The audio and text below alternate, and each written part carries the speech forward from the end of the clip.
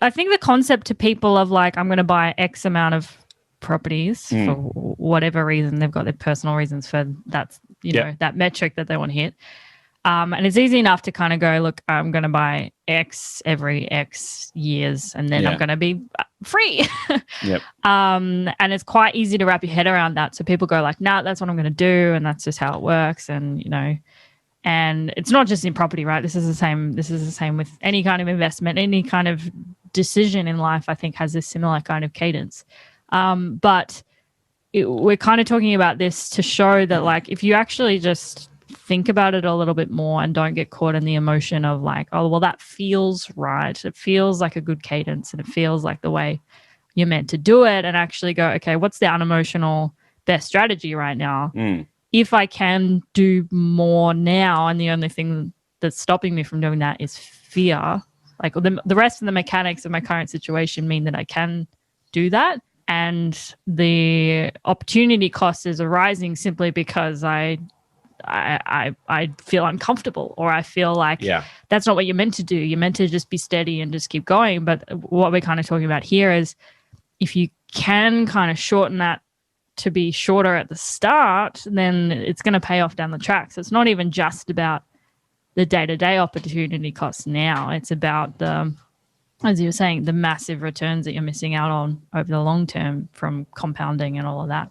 Totally. You touched on a really good point there. It's about fear, right? And about stepping outside your comfort zone, because I don't really know many people who are proud of not being decisive and are proud to be scared to take action. I don't really know many people. I know a lot of people who are scared to take action. I know a lot of people, myself included, who faced up to uncomfortable and challenging situations and been too scared to take action. And I know within myself, when I've had those situations and I've looked back on them, I've felt a little down. I'm like, why didn't I just do it? It would have been awesome. I'm thinking of one example right now. For me, I get a little scared of heights, or I'm pretty less scared of them now. But when I was younger, we'd go, I was in Boy Scouts, right? Scouts. Yep. And we'd go abseiling. So we'd get up to the top of this big cliff or whatever. And I would just be absolutely terrified. Like I would be absolutely like beside myself with terror. And it was so funny because all of the other guys, they'd all be going down, they'll be having a great time, and it literally took me hours. The first time I did it, it took me 3 hours to get up the courage to actually start taking the move over the edge. And then it was a 30-meter cliff, and it took me 1 hour to descend a 30-meter cliff. 1 hour. In the meantime, everyone else is, a few sirens going on. In the meantime, everyone else has, had multiple goes. Their skills are improving. Some of them are moving on to more advanced stuff. And I'm basically crying my way down the first one. Now, after I got through that, it became a lot easier, and I went and did more and more and more, and it was great. But it took me so long. Basically, it took me the whole day just to do one, and everybody else had done maybe 10 or 12 different abseils. So the same kind of thing applies. Now, what you also kind of touched on there was not just that kind of like emotional implication of not taking action, but also trying to step outside your comfort zone. Mm-hmm. And also you talked about the future pacing of opportunity cost, because what we established is if there is a compound rate of financial return, there is also the opportunity cost of what can be done with that return. Right. So it's not just about going, if I buy a $500,000 property today, I'll have 34 grand more in 12 months, and 70 grand in 2 years.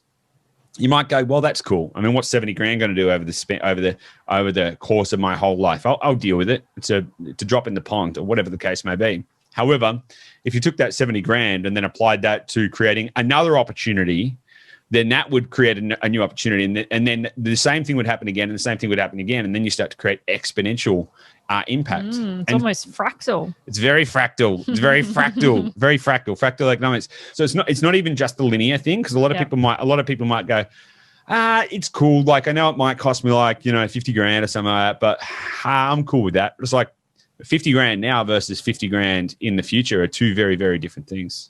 Totally. Yeah. So the other thing I think that a lot of people don't think about is, and we kind of just started straying into that territory, what is the emotional implication of it? Now, I don't know of many investors who invest just because they're bored. Most property investors are investing because they want a better life. Yeah. They want more time, they want more money, they want more freedom, they want all that kind of good stuff that comes with creating more financial affluence, and that's why we use real estate as a vehicle to achieve those kind of financial goals. So then you got to think about, well, why do I even want to do that? Like, why is that important? Why is it important for me to achieve those kind of financial goals? And then when you start straying down that territory, so, for me, I want us to have a fantastic life, like for some people, it could be, I want to send my kids to a better school. I want to have more impact. I want to be an example in my community. I want the other people in my family to look up to me and say, look, they went and achieved something. Yeah. You've got all these kind of things that go. And so once you actually start thinking about that, like, why actually even is it important for me to achieve greater levels of prosperity? Because if it's not important, don't do it. But if it is important, then why are you delaying that?